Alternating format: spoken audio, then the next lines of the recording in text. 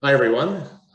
This training video will focus on the survey campaign feature that is in each one of your systems here for British Columbia. BCEA has added a number of new features working with the team at Executive Pulse over the period of 2021 in order to make it easier for our communities to reach out to their businesses and their databases as they move forward. And this is in particularly useful during the wildfire campaigns of 2021 as communities are able to, and with COVID, as communities are able to reach out to their businesses to find out information that they may need. So I'm going to hand this over to Laith, and Laith is going to show us all how to use the survey campaign feature. Thanks, Laith. Dale, if I miss anything, please feel free to chime in. And I know you're going to close things out with this feature. This feature, Dale, you hit the nail on the head for you guys with the disasters that have been happening this past summer, specifically the wildfires in many communities across the province. This type of functionality, this kind of arm's length communication, I think has taken on kind of an added significance. But really the impetus for us getting more and more involved in these arm's length transactions is the other variable that you mentioned, which is COVID. During COVID, and we're now really going on, I don't know, 20 months or whatever.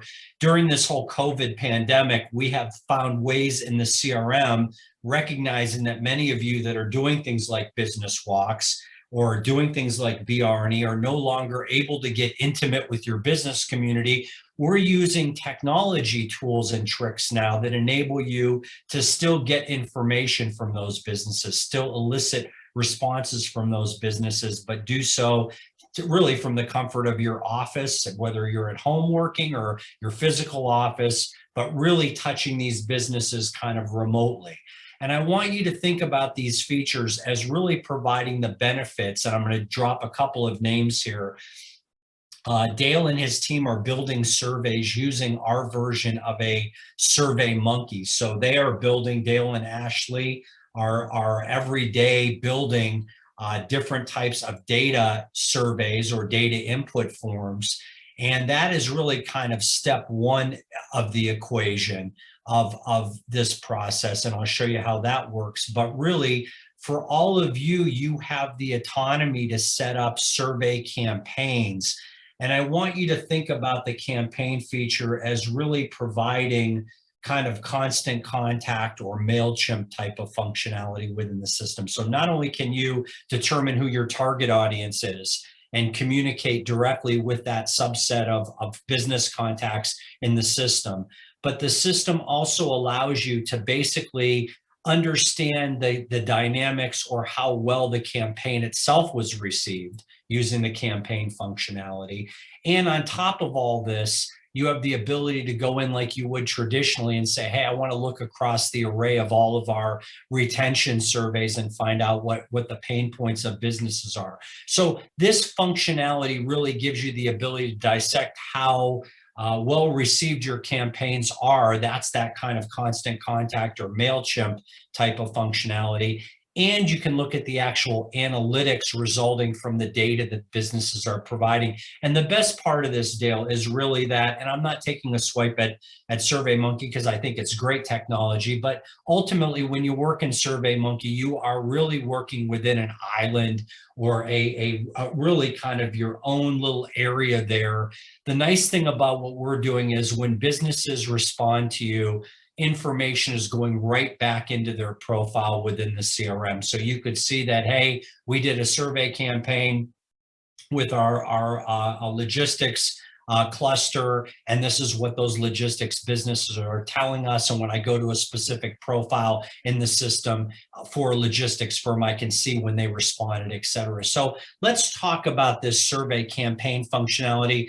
I've mentioned during other webinars, I like features that make life easier for people, but I also like those features that we roll out that are fairly intuitive. And even though the campaign feature is a little bit more of a heavy lift than like using comments or setting up ticklers or the new Google search feature that we just released, when you're adding businesses, this is a little bit more arduous than those things. It's still fairly intuitive to use. So in this example, you'll notice here with these folks, they've got a business survey 2021 that Dale and Ashley built for them. This is a specific type of a survey or a form that they want to use, a digital form that they want to use. Certainly, they can add that information manually and link it to businesses. But what we're going to do here kind of fictitiously is we're going to pretend we're ready to send this out. So to do that, I'm going to use this feature. And by the way, Dale, I'm going to get on my soapbox for just a second here.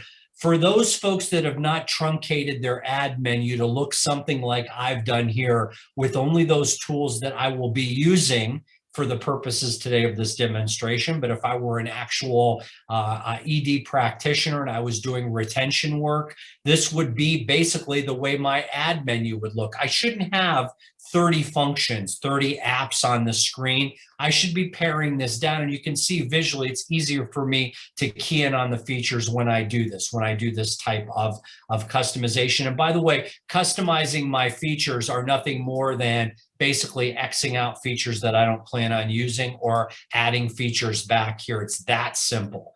But where we're going to focus our attention just for a few moments during this webinar is on the survey campaign feature itself. And I'm going to click on survey campaign, and this is going to pull up for me essentially a digital form in the system. And all you're going to need to do to set up a campaign is to follow the kind of the order of these. And we're going to start with the distribution list. And by the way, for anybody who is unsure about what we're going over during the webinar, even after the fact, just know that throughout the system, throughout this form, there is going to be tooltip assistance for those of you that say, I don't understand what the distribution list is. Click on the question mark. The system is going to tell you what the distribution list is. I don't know what that message is all about. Click on it. The system is going to tell you. So we are trying to keep you on the straight and narrow in the system and try to keep you focused on what you're doing using this tooltip assistance. The distribution list is simply those contacts that I want to get my campaign. And I could type in manually. If I want, I could type in manual addresses here, but there's an easier way for me to do this. I can click on the to option, and this opens up an address book. And for many of you, you're going to have listservs built already. You're either going to have run queries in the system and have saved searches, or some of you may have tagging groups. In either event, all you have to do to conjure up a list is say, I have a saved search or a tag that I want to use. I'm going to go under saved searches. I created one before we started today called My Contacts. So what I'm basically saying to the system is instead of me keystroking in 300 email addresses, I ran a query in the system. That query consisted of all business contacts, and I called them My Contacts, and that's going to be my listserv. That's going to be my distribution list. And I'm simply going to say okay here, and that's all I have to do. This is going to post that information for me in the system. So all I do here is say My Contacts, and you'll see that it populated this information. It's a saved search of My Contacts. This represents in this system, Dale, I think about 300 or 400 contacts in the system. Now, just so you know, when this gets sent out, businesses can't see each other. So part of the beauty of using the campaign feature is each business is essentially being treated almost in a silo as an individual. So if I'm John Smith and I'm getting this, I can't see Mindy Jones's profile and that she's part of this listserv. The system does that for you automatically. Now, you can attach files here. So for example, if there was a new facade grant program and I wanted to let all of our businesses know that we're going to be helping them with facade work, or more topically for you guys, if there's something coming from the Red Cross for the disasters you've gone through, or from COVID, you have something from provincial government and you want to pass along information, you can literally use the file attachment feature here if you choose to do that. I'm going to forego that option. I'm going to put a subject in here, and I'm just going to call this, let's do facade grant program. So that is going to be the message of the email that the receivers get, or the recipients are getting. Now, we've given you sample verbiage, excuse me here. You can use this verbiage as kind of a starting point, but for each of your campaigns, and you can be doing this in Word and copying and pasting here, but you're going to want a message. What does the recipient see? They see it's a facade grant program. Specifically, what message are they getting? And the signature here, you can put in your own signature or the signature of the person that's going to be ostensibly sending this out. I also want to mention, however, that under my own portfolio and account settings, under email, I can hard code an email signature in under the email settings. So for those of you that have not played around with preferences under my account, my portfolio and account, if I were to go here now, I'm not going to do that, but if I were to go under account, there is an email section that allows me to hard code in my email signature, and by default that would populate here. But I'm just going to put in here, I'm going to put my name here, and I'm just going to put in here sender. Okay, now the urgency of the campaign, this really mimics what many of you that use Outlook or Gmail on a regular basis is this low, normal, or high type of urgency. I'm going to say normal.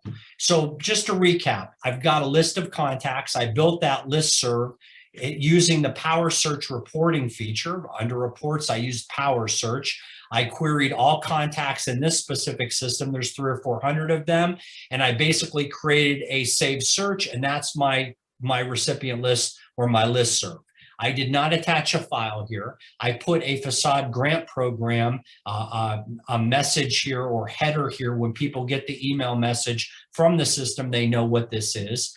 We give you sample verbiage, but you could put in anything you want here as well. This can be anything you want it to be. And again, my suggestion is if you want to massage a message, do it in Word or in a text editor and just drop it in here, copy and paste it in here. Your signature, you can manually put a signature in, but if you're an active user of the system and you've used your account preferences and specifically your email preferences to default a signature, this would be who's sending or who's logged into the system right now. You can override this, you can put in anything that you want, but this is going to be who is the sender of this, who is this coming from. We have an urgency option here, low, normal, high.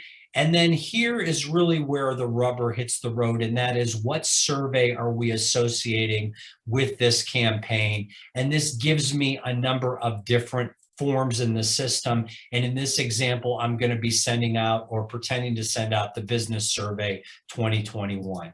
Now, the Business Survey, those results I mentioned earlier, the beauty of this is not only can you gauge how well the campaign itself worked, hey, we sent this to 300 or 400 businesses, how many opened it, et cetera. You can do that very easily in the system.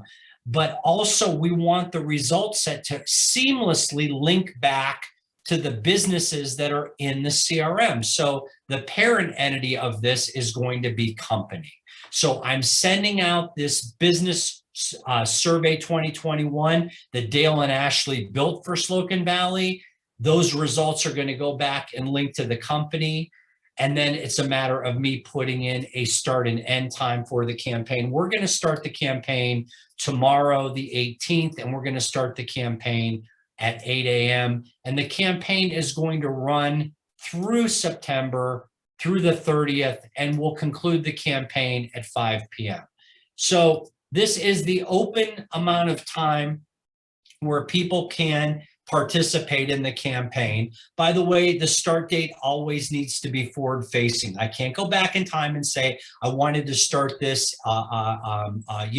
last week or whatever, or even in 5 minutes ago. It needs to be forward facing. Now, the branding, many of you have multiple brands in the system, but in this case, I want Slocan Valley to be the brand. That would be this masthead. This email message, this email campaign is going to go out with their masthead. And then once people complete the form, once they complete the Business Survey 2021, thank you for participating. We appreciate your time, etc. Once again, we're giving you sample language. You can put anything you want here. The thank you can come from you as the sender, or it could come from an elected official or a member of your board of directors, or you might have a BR&E committee or a disaster committee, and the chairman or chairperson of that committee, this could be coming from them, but this also needs to be coming from somebody specific. This would be your thank you message signature. So this would be like Frank Jones, etc.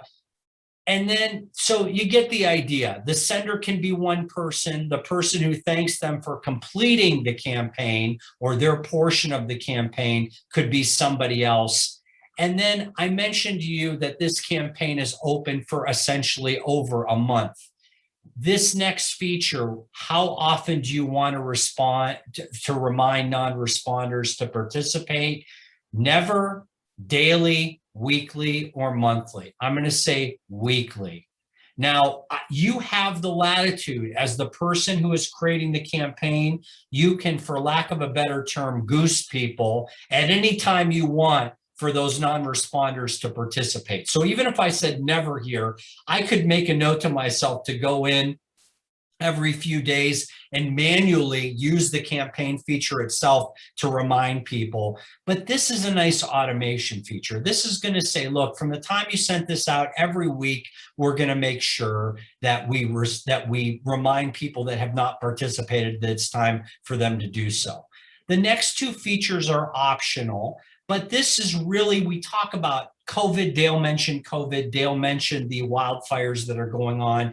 If you were doing a campaign like this that had to do with a pandemic and you want to push people to a pandemic-related provincial site, you could literally put on here Government of British Columbia and then put in their URL. And when people are done responding to this particular survey, they would be essentially shuttled to the redirect website. And that's what this gives you the ability to do in the system.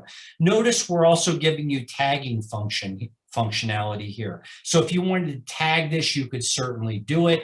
Now, I filled out every field here. And again, what I like about this is I'm just going to tell you, we have never had anybody use this feature and tell us it's difficult to use. Once they understand the underpinnings of this, this is really easy for them to use. I'm going to pretend to save and complete this.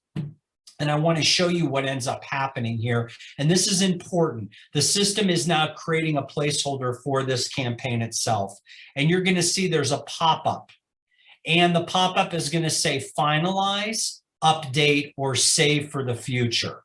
If I click finalize tomorrow morning at 8 a.m. your time, this campaign will be going out.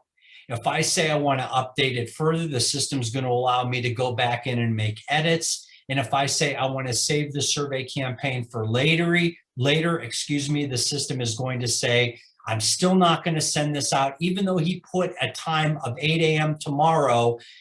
This is really for the foreseeable future in limbo. So I'm going to save the survey campaign for later. We talk about portfolios in the system, and what we have here is a portfolio for this campaign. This is, we don't have any tracking yet. We don't have any related items or anybody who's filled anything out yet, but this is a portfolio for this campaign itself. What I'm going to do here is I'm going to come up to the cog and I'm going to delete this out. I'm going to delete out the campaign. I don't want this running even inadvertently. But Dale, that is how you use the campaign feature. Again, It's simple to use. What I like about the campaign feature, the survey campaign feature, is it gives you the best of a Survey Monkey in terms of the automated sending out the survey essentially, or allowing people to fill this out remotely. But where best Survey Monkey is, those responses are not floating in cyberspace. They are linked back to the business profiles in this system. And it also does what I like about a MailChimp or a Constant Contact, and that is the campaign itself gives you metrics and analytics that you can sink your teeth into. So, Leigh, thank you very much for that. And just a few questions. So let's say they developed that survey, and I probably should have asked you this before you deleted it, but if they, they did a draft of it, how do they refine that draft? So how do they go back in to update that draft? Okay, under your history, now I deleted this out, so I apologize, but underneath your history, that campaign will live here. You can easily go back and find it. The other thing is, and I don't want to do this because if I go to my portfolio, you're going to see the businesses in her system, and I don't want to do that. But if you go to your own portfolio, there's a toggle that says, I want to look, instead of looking at businesses or business contacts, I want to look at survey campaigns, and you could pull up the survey campaign from there as well. Okay, thanks, Lathan. The one, I know that when the city of Vernon, for an example, and I'm not too sure if some of the other communities have done this, but on the thank you part of the survey or of the email that gets sent out here, you can actually, someone said, it's from the economic development officer or the business recovery officer, but the response for thanking them from doing the survey is coming from the mayor or the board chair or the general manager of the organization that maybe sent them out. So that's a nice feature to use on the thank you part of it. The one thing that, and before we close off, Laith, I think is really important that communities understand, this feature works great if you have email addresses. If you don't have email addresses, then it has no one to send it to. So you need email addresses under your contacts. Doesn't do you any good to have the email addresses under your company, because when you're emailing something, you're emailing someone, and that someone needs to be in the system, being your contacts. So we've shown you how to create a company, and there is another video available on how to add a contact. You need to do those, add contacts to your system with email addresses. But I think one of the next videos that we're going to do is to show you how to create that mailing list from the contacts that are in your system. So thanks very much for watching this session. And Laith, did you have any more to add? I would just say under custom reports, one of the forensics that we offer is an email validation report. So if you want to get an idea of where you have holes in your potential listservs, I'm running this again under reports, custom reports, email validation, and I want those with no email. And Dale, I'm just going to say finish. This is going to show me there. She's done a great job here. I'll do those with bad email addresses. And you can see there's some here that have bad email addresses. These addresses, again, it's not just Dale having email addresses, it's having valid, good hygiene. And we have tools that can help you with those things. Great, thank you very much, Laith, and everybody, thanks for watching. Again, if you have any email questions, please feel free to email us, or again, you can click the help button at the top on the toolbar there, and you can contact technical support, which is the quickest and easiest way to get assistance in trying to do what you're doing. Thank you very much, and have a great day.